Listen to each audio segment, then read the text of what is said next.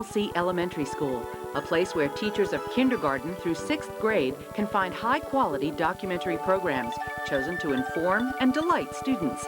Use TLC Elementary School to complement your classroom lessons and to give students an up-close look at the world and the people around them.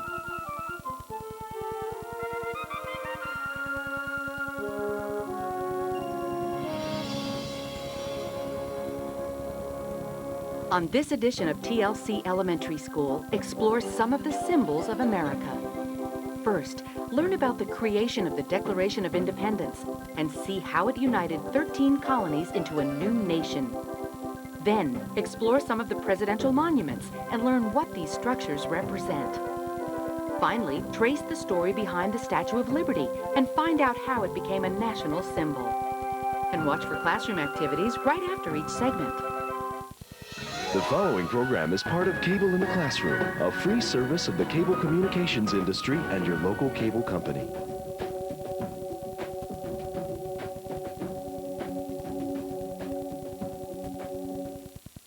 Segment 1, Declaration of Independence. In 1775, the American colonies entered a war in which they risked everything for freedom. But a crucial element was missing, a formal Declaration of Independence from Great Britain.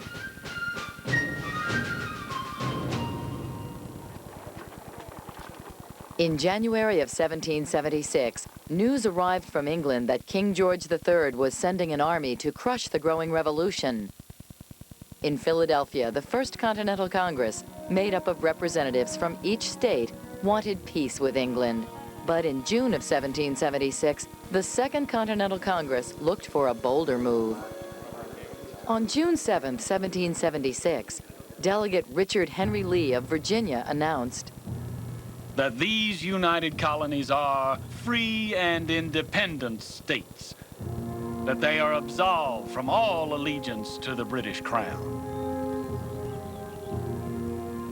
They wish to make a declaration of independence, not only for the sake of the civilian population who would see this break, would realize what it was for and would support it, but perhaps above all, for foreign opinion, so that other countries could formally note that these colonies had set up their own independent government and therefore, crucially, could negotiate with foreign governments, could contract alliances, and could receive aid.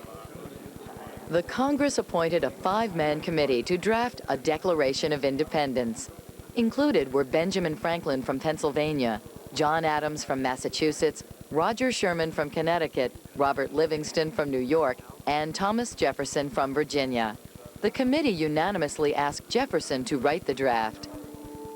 At 33, Jefferson was the youngest man on the committee. He'd been active in politics from an early age and was a practicing lawyer by the time he was 24. During 2 hot June days and nights, in his second-story rented apartment, Jefferson bent over his portable writing table to pen the first draft of the Declaration. The document officially stated the position of the American revolutionaries. We hold these truths to be self-evident, that all men are created equal, that they are endowed by their Creator with certain unalienable rights, that among these are life, liberty, and the pursuit of happiness, that to secure these rights, governments are instituted among men, deriving their just powers from the consent of the governed, that whenever any form of government becomes destructive of these ends, it is the right of the people to alter or to abolish it. After 2 days of debate, the Continental Congress passed the Resolution for Independence. On the 4th of July, 1776, the President of Congress, John Hancock, was the first to sign the document. Once the declaration was submitted to the King, the colonies were committed to the Revolution. The members of Congress made changes to Jefferson's draft, but most of his original work survived. 13 separate English colonies now called themselves the United States of America. Jefferson's ideas, though magnificent, stemmed from other modern philosophers. He borrowed from his Virginia neighbor, George Mason, who had borrowed from the 17th century British writer John Locke. Locke wrote that people by nature had certain rights and duties, including liberty, life, and ownership of property. Locke also believed that people should decide who governs them.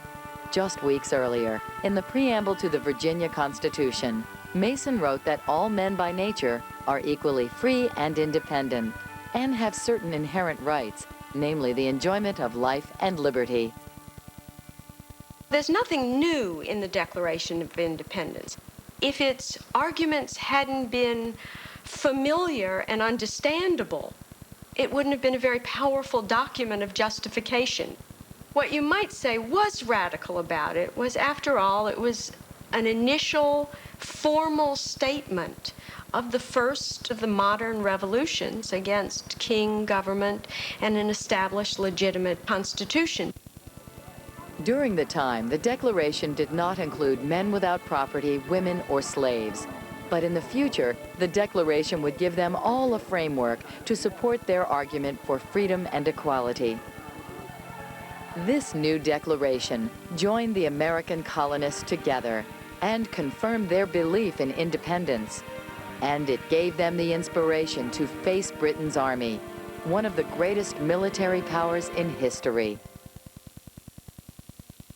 Try this activity to complement Declaration of Independence. The Declaration of Independence is a document that outlines the rights of all United States citizens. Using the Declaration of Independence as a guide, work in groups to draft a document that outlines your rights and freedoms at school. Segment 2, Presidential Monuments. Freedom, liberty, justice, courage. The United States was founded on these basic principles. Monuments dedicated to these ideals and to the presidents who upheld them are found across America. These structures are an important reminder of what America stands for as a country.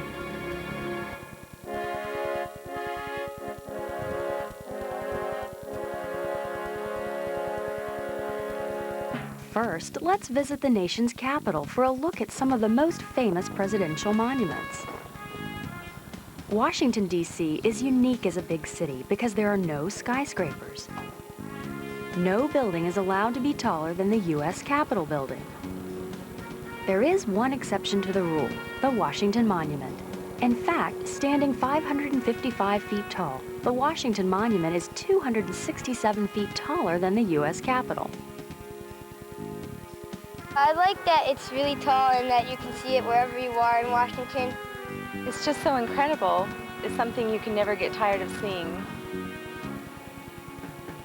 The Washington Monument is a tribute to America's first president, George Washington. Initial construction of the monument didn't begin until 1848, almost 50 years after Washington's death. In the United States, monuments to presidents are only built after a president has died. The biggest challenge to the builders of the Washington Monument was money. They only had enough funds to finish half of the monument, so they stopped construction in 1856. 20 years later, the builders began again.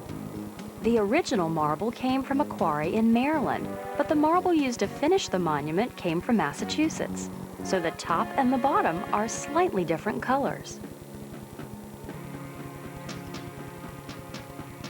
The shape of the Washington Monument is an obelisk, which is an ancient Egyptian design.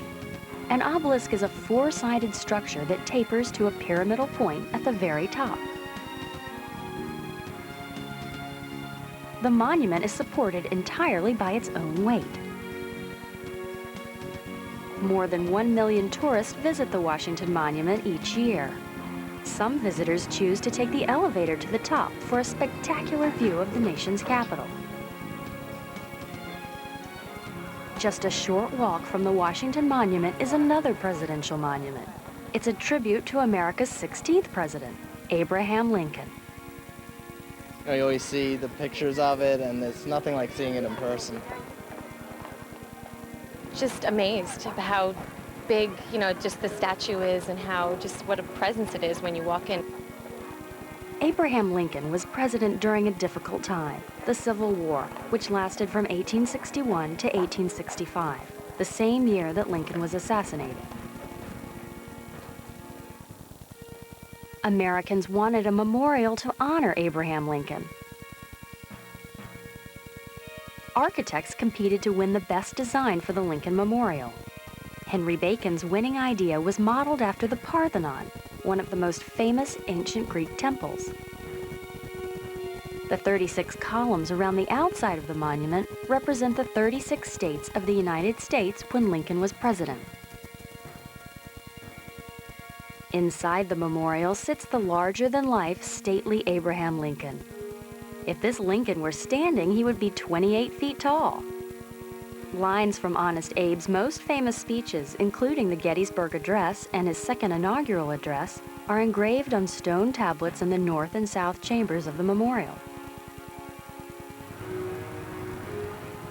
From behind the Lincoln Memorial, you can see the Potomac River. The Memorial Bridge connects Virginia and Washington, D.C.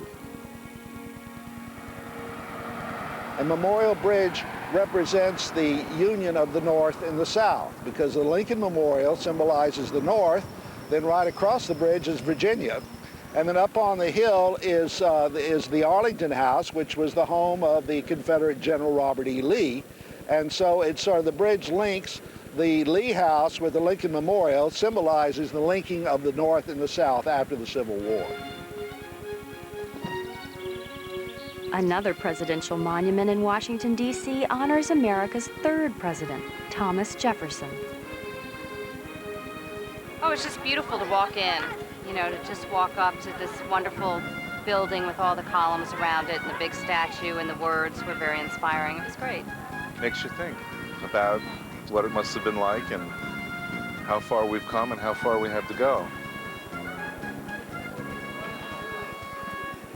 He is the author of the Declaration of Independence, the document that articulates the United States' independence as a country. As an architect, Jefferson is known for his distinctive style. Jefferson was very interested in domes, and you can see that reflected both in Monticello and at the University of Virginia, that the shape of the dome and the classical orders that go with that.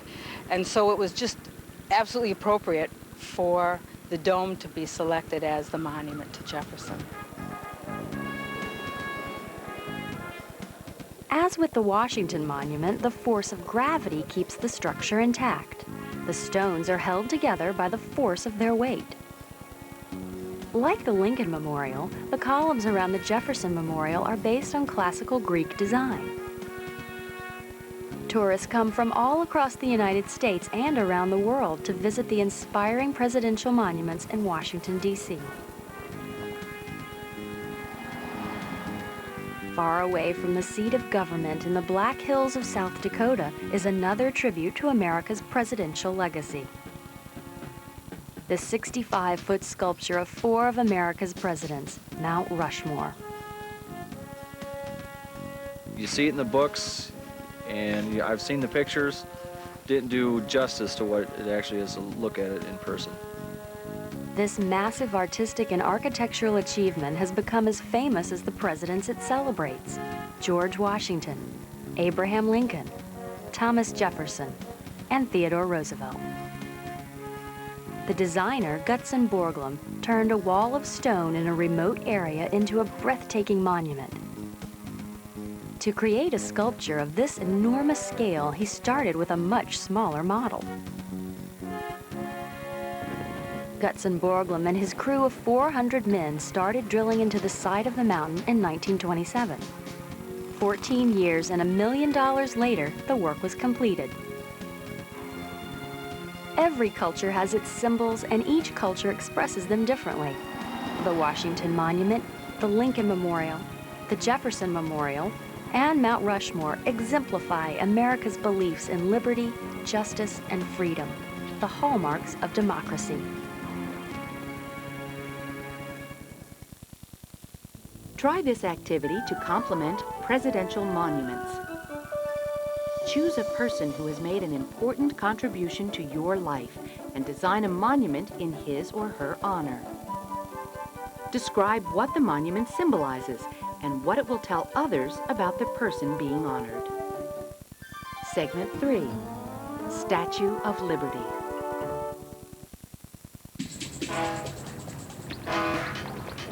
What stands more than 300 feet tall, is covered in green, and symbolizes the basic rights of all Americans. One of the most recognizable statues in the world, the Statue of Liberty.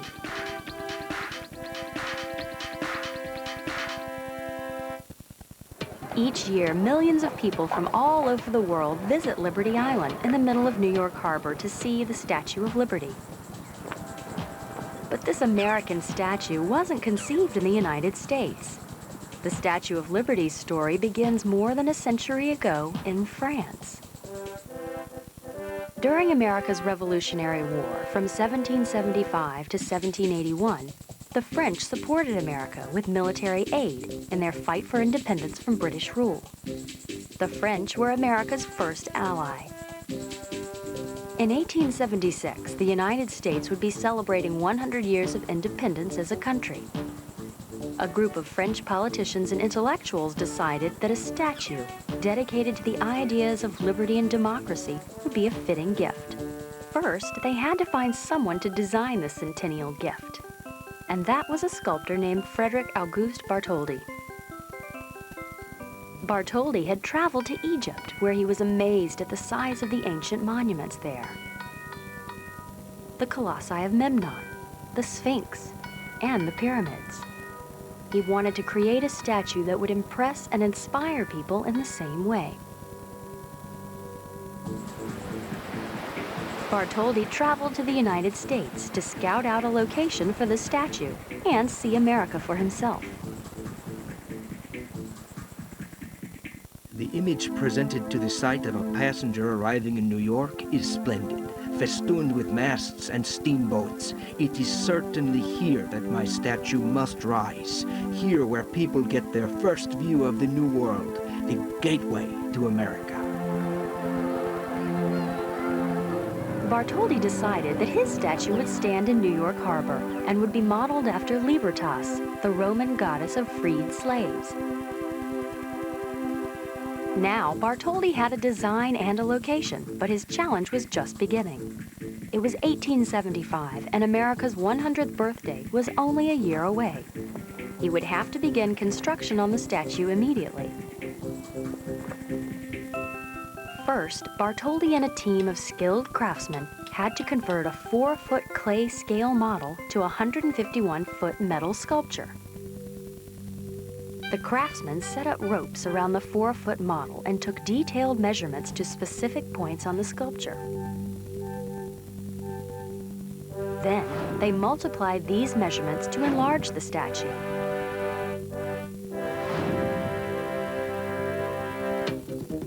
Next, they made wooden molds to scale and hammered sheets of copper into these molds to form Liberty's skin. Statue is basically made up of copper, 300 large sheets of copper that are about maybe just slightly thicker than this penny and was originally this color. Over the years, harsh weather corroded the statue's copper skin, giving it the distinctive blue-green color that is recognized by everyone around the world. This blue-green layer actually protects the metal from corroding even more. The Statue of Liberty was not completed in time for America's 100th birthday, but Americans were given a sneak preview of Bartholdi's work. In 1876, Liberty's arm and torch were shipped to the Centennial Exposition in Philadelphia. Americans were amazed at its size.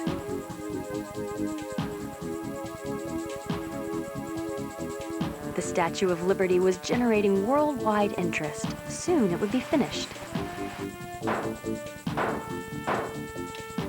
Bartholdi's next major challenge took on a new urgency. How was he going to keep 90 tons of copper sculpture standing? the statue had to resist heavy winds and the tides in New York Harbor.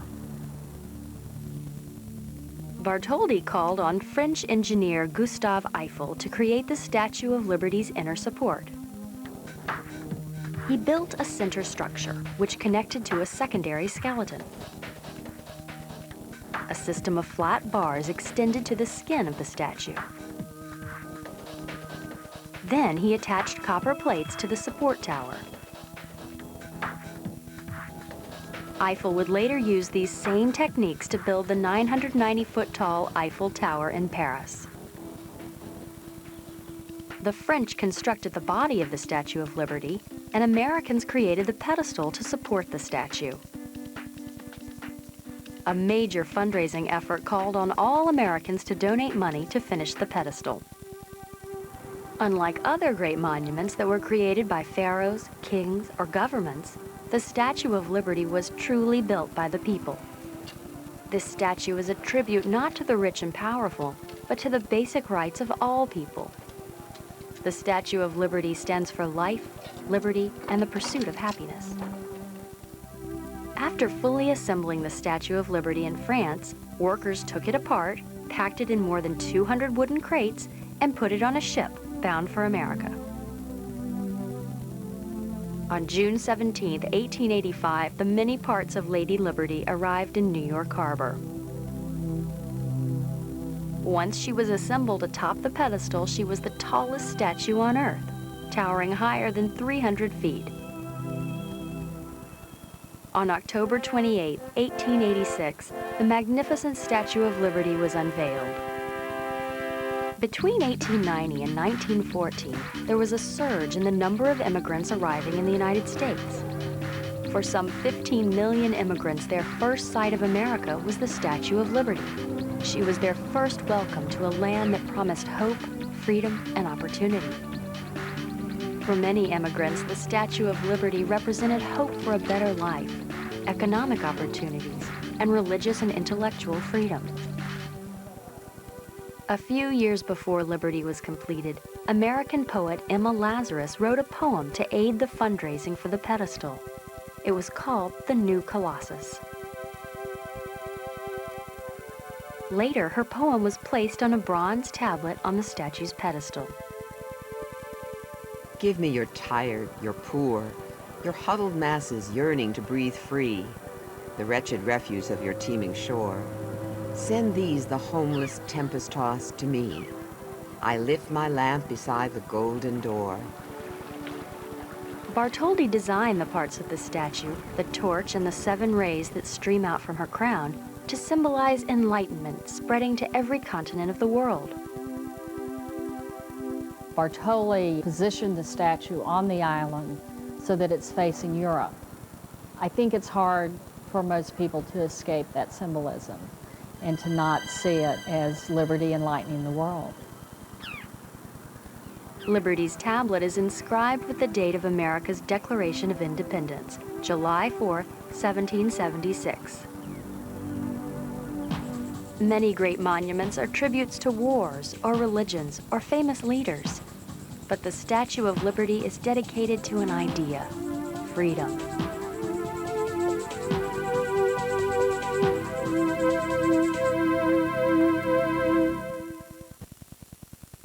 Try this activity to complement Statue of Liberty. Measure the length of your body, arms, hands, legs, feet, and head. Then divide those measurements by 10 and make a scaled drawing of yourself using the new measurements. For a free educator's guide, call 1-888-892-3484 or find us on Discovery School Online. The preceding program is part of Cable in the Classroom, a free service of the cable communications industry and your local cable company.